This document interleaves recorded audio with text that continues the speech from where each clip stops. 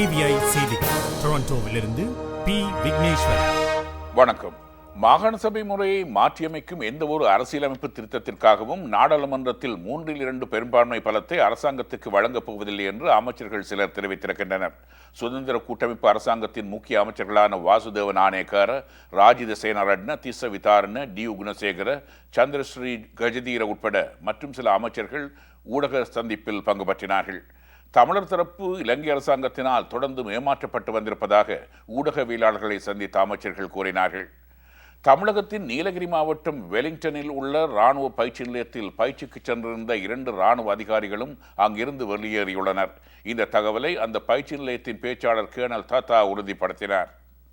வட இந்திய மாநிலங்களில் ஏற்பட்ட மழை வெள்ளம் மற்றும் மண் சரிவுகளின் பின்னரான மீட்புப் பணிகள் தொடர்ந்தும் தீவிரமடைந்து வருகின்றன. வட இந்திய மாநில பகுதியில் சிக்கியுள்ள மேலும் 7000 பேரை மீட்பதற்கு பணியாளர்கள் விரைந்து செயற்பட்டு வருகிறார்கள்.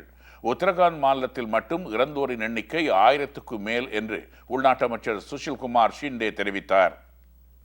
சிரியாவின் 2வது பெரிய நகரான அலெப்போவில் எதிரணி போராளிகள் நடத்திய கார்குண்டு தாக்குதலில் குறைந்தது 12 அரசு துருப்பினர் பலியானார்கள்.